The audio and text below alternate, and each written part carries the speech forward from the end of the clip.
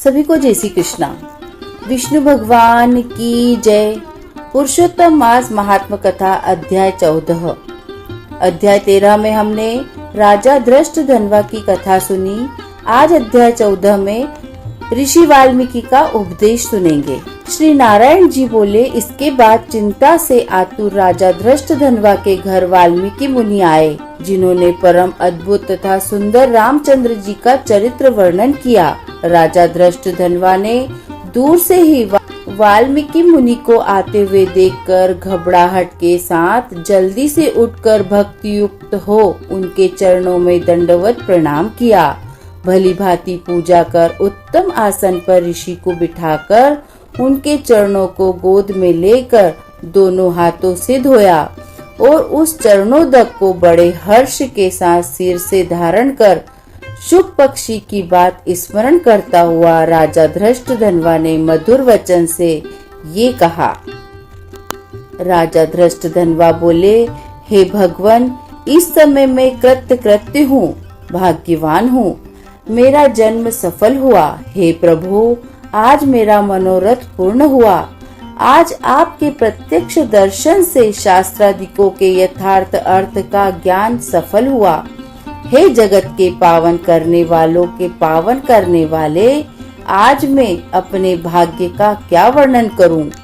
श्री नारायण बोले, इस तरह वाल्मीकि मुनि को कहकर वह राजा मौन हो गए।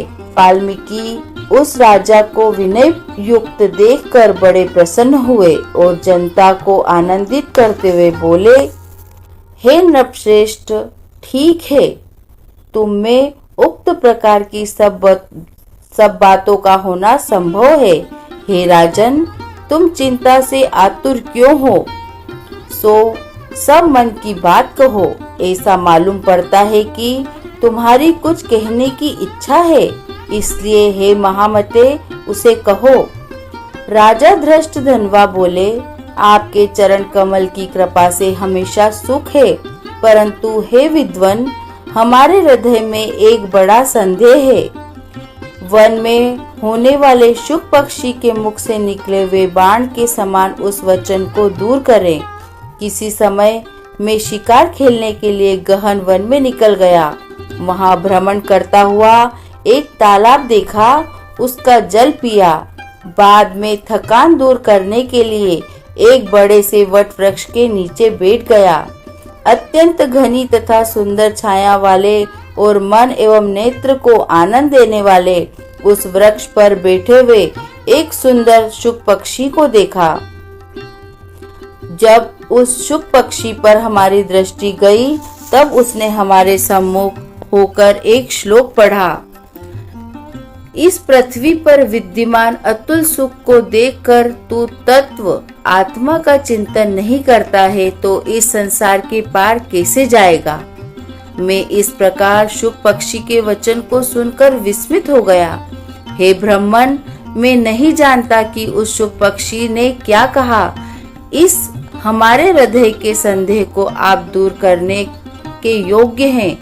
हमारा राज्य, सुख और सुंदर 4 पुत्र, सुंदर पतिव्रता स्त्री, हाथी, घोड़ा, रथ, सेवा, हे ब्राह्मण, ये सब अतुल समृद्धि इस समय हमें किस पुण्य से प्राप्त है, यह सब विचार कर संक्षेप में कहने के आप योग्य हैं।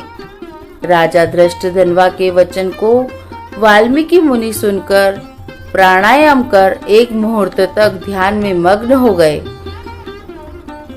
हाथ में रखे हुए आंवला के फल के समान विश्व संसार के भूत, भविष्य और वर्तमान विषय है, उनको हृदय में समाधि के बल से जानकर और निश्चित कर राजा से बोले, हे राजा, अपने पूर्व का चरित्र तुम सुनो।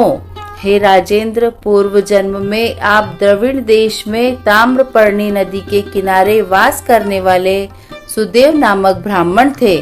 धार्मिक, सत्यवादी, जो मिल जाए उतने में ही संतोष करने वाले, वेदाध्ययन में संपन्न, विष्णु भक्ति में परायण रहा करते थे।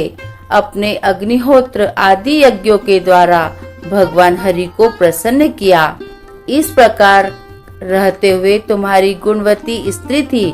वह गौतम ऋषि की सुंदर कन्या गौतमी नाम से प्रसिद्ध शंकर की सेवा में तत्पर पार्वती के समान तुम्हारे प्रेम से सेवा करती थी। गृहस्थाश्रम धर्म में धर्म पूर्वक वास करते हुए बहुत समय बीत गया, परंतु तुम्हें कोई संतान नहीं हुई। एक दिन अपनी स्त्री से सेवित आसन पर बैठा हुआ दुखित ब्राह्मण गदगद स्वर से बोला, ए सुंदरी, संसार में पुत्र से बढ़कर दूसरा सुख नहीं है और तप दान से उत्पन्न पुण्य दूसरे लोक में सुख देने वाला होता है। शुद्ध वंश में होने वाली संतान इस लोक में तथा परलोक में कल्याण करने वाली होती है। उस श्रेष्ठ पुत्र के न मिलने से मेरा जीवन निष्फल है। न तो मैंने पुत्र को प्यार किया, न वेद पढ़ने के लिए सोने से जगाया, न तो उसका विवाह किया, इसलिए मेरा जन्म व्यर्थ में चला गया। अभी मेरी मृत्यु हो, मेरे को आयुष्य प्रिय नहीं। इस प्रकार अपने प्रिय पति का वचन सुनकर स्त्री गौतमी खिन्न मन हुई। बाद में धैर्य धारण करती हुई प्रिय मग्न वह स्त्री अपने पति को समझाने के लिए सुंदर वचन बोली। गौतमी बोली, हे प्राणेश्वर, अब इस तरह तुच्छ वचनों को न कहिए। आपके समान भगवत भक्त विद्वान लोग मोह को प्राप्त नहीं होते हैं। हे विभो, आप सत्य धर्म में तत्पर रहने वाले हो, अपने स्वर्ग को जीत लिया है। हे सुव्रत अर्थात हे सुंदर व्रत करने वाले, आप जैसे ज्ञानी को पुत्रों से सुख की प्राप्ति कैसी, अर्थात ज्ञानी पुरुष पुत्रों से होने वाले सुख की इच्छा नहीं करते हैं। हे ब्राह्मण, पहले चित्रकेतु नामक राजा पुत्र शोक से संतप्त हुआ, तब नारद और अंगिरा ऋषि के आने पर पुत्र शोक से मुक्त हो संसार से उद्धार को प्राप्त हुआ। इस तरह हे स्वामिन, आपको भी तति दुख देने वाली होगी। फिर भी हे तपोधन, यदि आपको सत्पुत्र की लालसा है तो प्रसन्नता से जगत के नाथ समस्त अर्थों के दाता श्री हरि भगवान की आराधना करें। हे ब्राह्मण, पहले सांख्याचार्य कर्दम ऋषि ने जिनकी आराधना कर पुत्र को प्राप्त किया, जो कि पुत्र योगियों में श्रेष्ठ कपिल देव नाम से प्रसिद्ध हुए। ब्राह्मण श्रेष्ठ, इस प्रकार अपनी धर्म पत्नी के वचन सुनकर तथा निश्चय कर उस अपनी गौतमी स्त्री के साथ ताम्रपर्णी नदी के तट पर गए। वहां जाकर उस पवित्र तीर्थ में स्नान कर अत्यंत श्रेष्ठ तप करते गए। 5-5 दिन के बाद सूखे पत्ते तथा जल का आहार करते थे।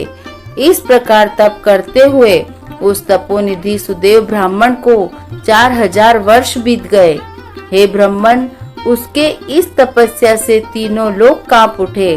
भक्त वत्सल भगवान उस सुदेव ब्राह्मण के अत्यंत उग्र तपस्या को देखकर जल्दी से गरुड़ पर सवार होकर प्रकट हुए। श्री नारायण बोले, नवीन मेघ के समान जगत की रक्षा करने में समर्थ 4 भुजा वाले प्रसन्न मुख मुरारी को देखकर सुदेव शर्मा ब्राह्मण हर्ष के साथ मुकुंद भगवान को साष्टांग प्रणाम करता हुआ बोला। श्री पुरुषोत्तम मासाय महात्म्य 14 अध्यायः।